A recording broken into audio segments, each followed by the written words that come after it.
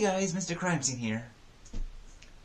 So, I'm always trying to go and experiment different ways to make videos. Rather than just go and make my regular true crime videos, I always want to go and try to do something different.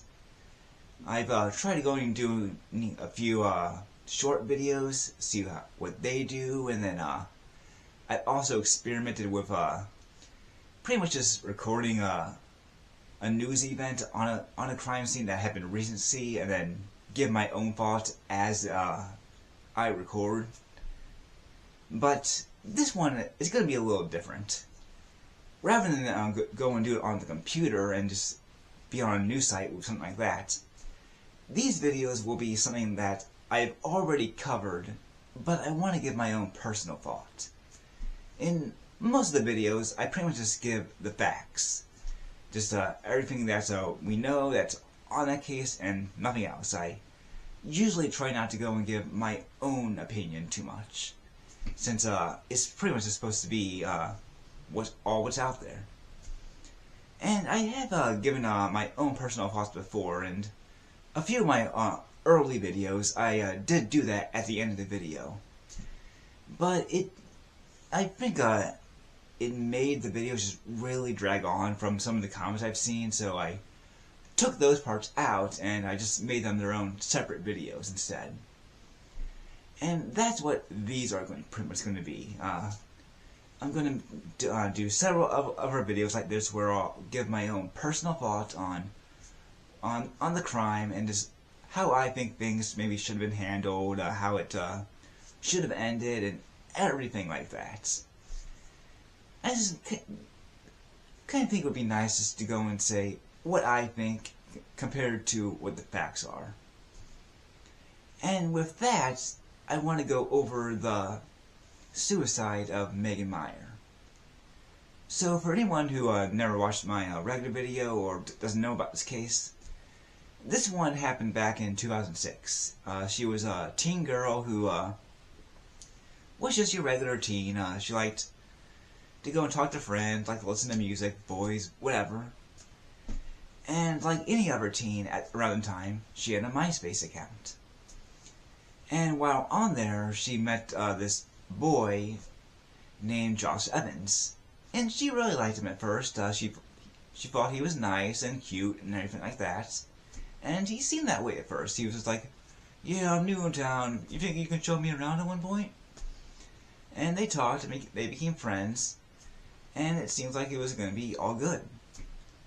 But then, all of a sudden, his messages just turned mean. They told her that she was ugly, that the world would be a better place without her, and that she should take her own life. And eventually, it just got so bad that she did. And not long after her death, her parents would find out that Josh Evans never existed. That this account was actually made by the mom of her former best friend. And pretty much everything that went afterwards was pretty much just something else, since around the time cyberbullying laws they weren't like they are today, so the woman who did it, she pretty much got away. I believe she was found guilty at first, but then there was an appeal, and after that, she was found not guilty. And it made a lot of people upset who said that, no, she should be in trouble for this, and it would lead to the laws getting changed and people getting in more trouble for cyberbullying. But that's what this video is going to be about this case and what I think of it. And everything that just came along with it. So, people have often, I think, been debating around a time when this happened that was cyberbullying really all that bad? Of course, you had traditional bullying at school and wherever else where someone might beat you up or they might go and call you names or anything like that, take your lunch money. That's what bullying was for decades. But around the 2000s that started to change, where social media started to take off, and places like MySpace, Facebook, Twitter, whatever else were coming around. And with that, of course, there were people who were going and taking their ways online. And they would go and send mean tweets, death threats, or anything like that. And around the early 2000s, it really wasn't taken that too seriously. It was just seen, oh, it's once in a blue moon. It's terrible that it happened, obviously, but these things don't happen too often. And I think with what happened with Megan Meier, it did kind of show that these things do happen a lot more. And I think it's still kind of seen today, since a lot more people spend their time online, and I tend to think that constant access is going to make it more likely and make it worse when it comes to situations like this. Megan, she was kind of getting to that point, I think, where she spent more and more time on MySpace, and obviously her mom didn't like it, but she also wanted her to have a little bit of her freedom. She did monitor what she did, but she also did still allow her to go on there. But when she started spending more and more time on there, that's when she really started to get upset about it. And it does kind of make it harder when you spend more time online, and it makes it harder for people to go and find out what you're doing on there. But the cyberbullying laws, they were very linear at the time, and I think Megan's death really did go and wake a lot of people up when it comes to something like this. Even though it did happen before for a few cases, this is the one that I think really blew up. And it's probably because of the way it happens. I think probably before this, it was just kind of your usual school bully or just online harassers or anything like that. But when it turned out to be a mom, it really shocked a lot of people that it could be anyone. It's just not going to be some mean guy you meet at school. It really could be anyone. It kind of also leads to who do you know you're talking to online? Megan was actually talking to an adult. She thought she was talking to someone her age, but she was talking to an adult. And I think it's made a lot more people see that there are a lot of people out there who lie who they are. About their age, about their efficacy, about their religion, or even their sex. There are a lot of people out there who lie about that, and it's pretty scary. You never know who you're actually talking to. Whether it's on Facebook or something. I often think that when it comes to something like a dating app, you always meet in a public place first. Always. You don't go and meet at some park where there's not many people. You don't meet at each other's houses. You meet in a public place. And even if this person is who they say they are, they show their picture and that's who they are, you really want to get to know this person. You just don't go to a person's house without knowing them. But it was around this time that a lot more people were going and doing that kind of stuff by going on their computer and lying about who they were and tricking people. And it really went and scared a lot of parents. And I don't blame them. I would be worried too. It kind of brings up the question of if adults should really be interacting with kids online. Of course, you're going to have teachers. Obviously, sometimes they need to talk to kids online, but should really any other adult who isn't a part of your life, who isn't a teacher or a parent or a relative, anything like that, should they really even be talking to you? What reason do they have to talk to you? Since if But that was my remote. If they don't really even know you, why should they talk to you? And when it comes to someone like Megan, if they did bully you and everything like that, and it led to death, even if going and you killing yourself wasn't their intention, if they just wanted to go and say some mean words and prove you were wrong about something, even if it wasn't their intent to go and for you to die, is it really worth it not to go and for there to be some kind of punishment? Because it can't erase what happened. When someone dies, they're gone. And just because you didn't mean for that to happen, that doesn't mean you should go unpunished when it comes to a situation like this.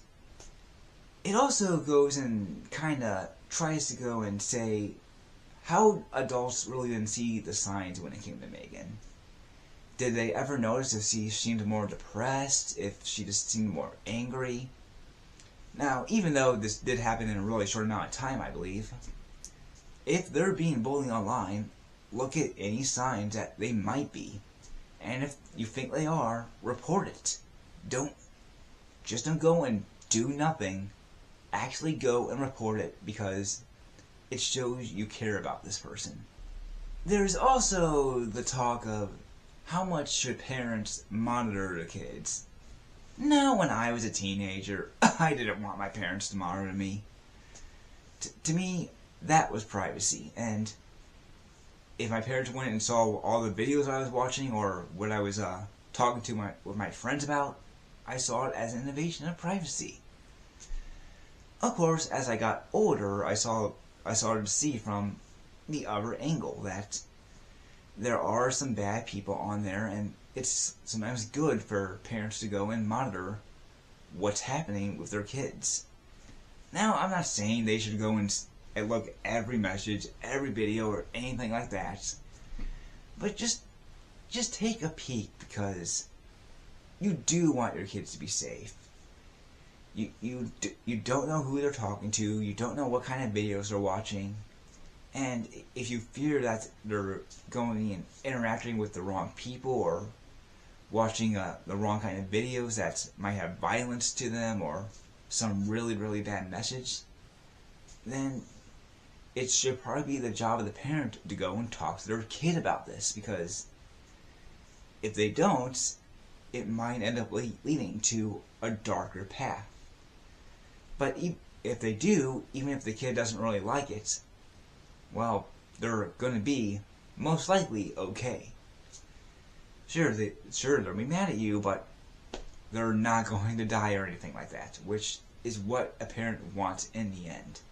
I also tend to think that around the time, parents really didn't understand the online world that much.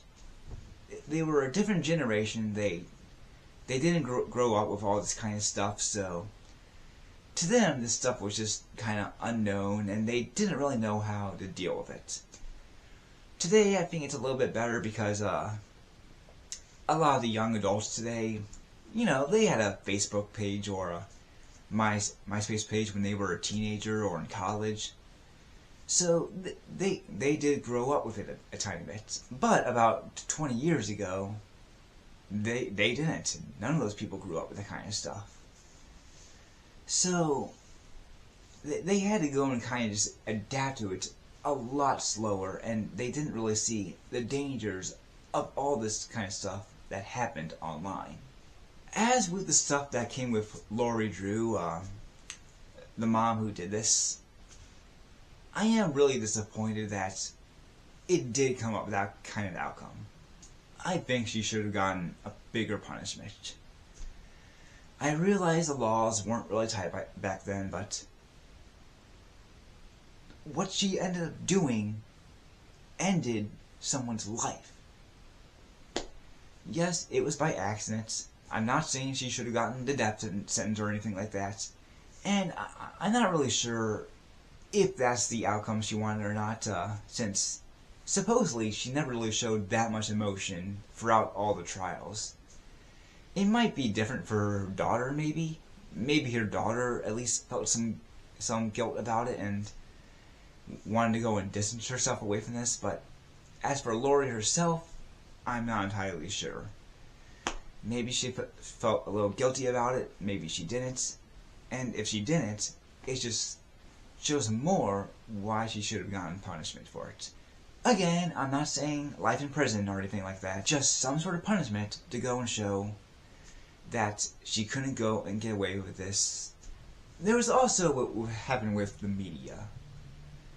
This is, I think, often the case that the media usually tries to go and cover on shock value rather than understanding.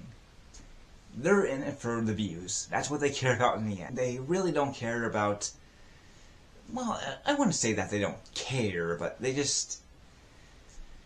not as much into it. They don't really go and see it happening to their children or anything like that. So they really don't understand as much as they probably should.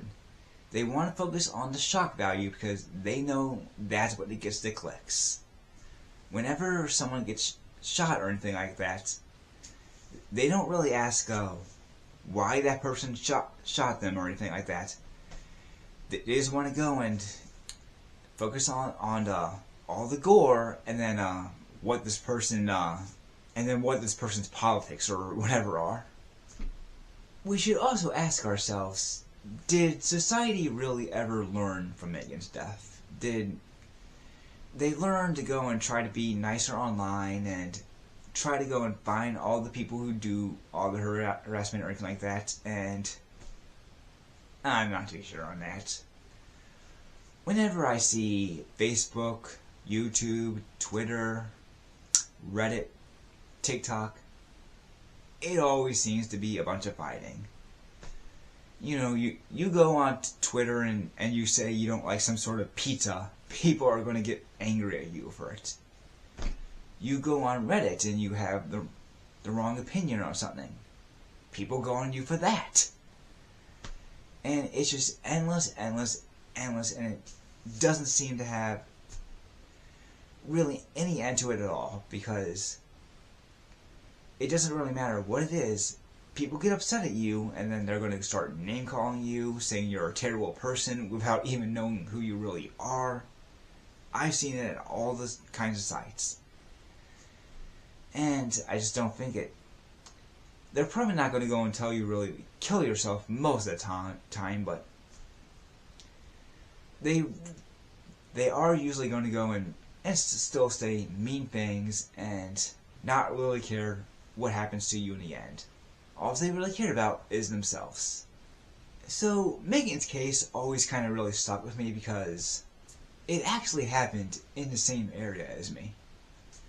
I do remember when it happened. It was I was in 9th grade, and I remember hearing about it at school. And I think it really stuck a core since she used to go to the same school district.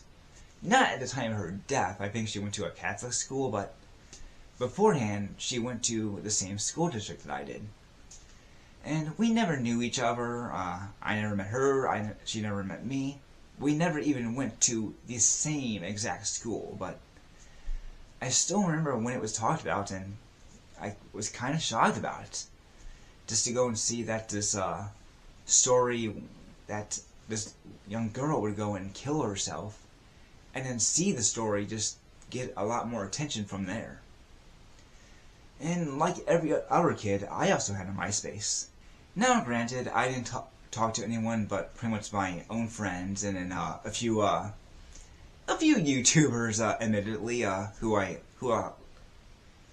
like to watch, but other than that, I didn't talk to really anyone else, and since I was male, I really wasn't as much a target as Megan was. Being a young female, she was a much more bigger target for something like this. Even though the person being a young mom was probably even more unlikely. But it did always kind of stick by. I remember it being talked about for a long time, and it just always stuck by. I always wanted to visit her grave. I'm not exactly sure where it is. I think I might know where it is, but I've always wanted to visit it. I haven't gotten the chance yet, but I would like to one day just pay my respects. I've always kind of wanted to pay respects to a lot of the videos I do, but obviously they're a little far away, so I just can't go and take a a plane there, since that's going to be expensive. But for this one that's actually very close, I would like to do it. I think ever since her father also passed away at one point. I'm not sure if it was ever disclosed what he died of, but I'm pretty sure he passed away. But luckily, Megan's mother, she took what happened into action. She created this foundation that goes and tries to prevent cyberbullying. So it's good to go and see her take a role like that she knew firsthand what it was like to lose a daughter from cyberbullying, and she wants to go and prevent other parents from having to go and have that same fate of what it's like to lose your daughter from that. So that's good. I kind of think about what Megan could have been, today. She probably would have been a mother today. Possibly she would have graduated high school, maybe college, gotten a job that she maybe liked. Who knows? But all that was taken away from her because one mother did not like that her daughter was not friends with her daughter anymore. It's just, you're not supposed to do that. Yes, friendships end, but when that happens, you just move on. You could try to reconnect with that person, but you don't go and take this kind of action. Megan lost her life. And their parents, they lost a daughter. And Megan's sister, she lost a sister, and they're never going to get her back. Lori, as far as I know, she's still alive. I think she was pretty much chased out of town, but she's still alive. And her daughter, she's still alive. She didn't have to go through the same pain that Megan's parents had to go through. Hopefully, one day we will learn more from, I think, cases like this. Just how much of a tragedy it was. And that Megan should still be with us. And we do still see it today, that with people, just the harassment they get online is just too much. To me, it doesn't matter what your religious beliefs are, what your political beliefs are, or anything like that. You shouldn't go and get bullied to them. It's okay to disagree, obviously, but just say, yeah, I disagree with that, I don't like your opinion, but try not to name call them, and definitely don't go and say that life would be a better place without them. And that's really all I have to go and say on this. It's one I wanted to go and get out for a while, since of the impact it had on me, since I lived close to the place where it happened. And I would like to go and do more videos like this on the future, and just try to go and give my own personal take on these cases. How I think everything should have gone with the investigating and the aftermath and everything like that. While the regular videos, they will go and stay more true to just the facts without my personal opinion. So without further ado, I hope you enjoyed this, and I hope you have a great day. Take care.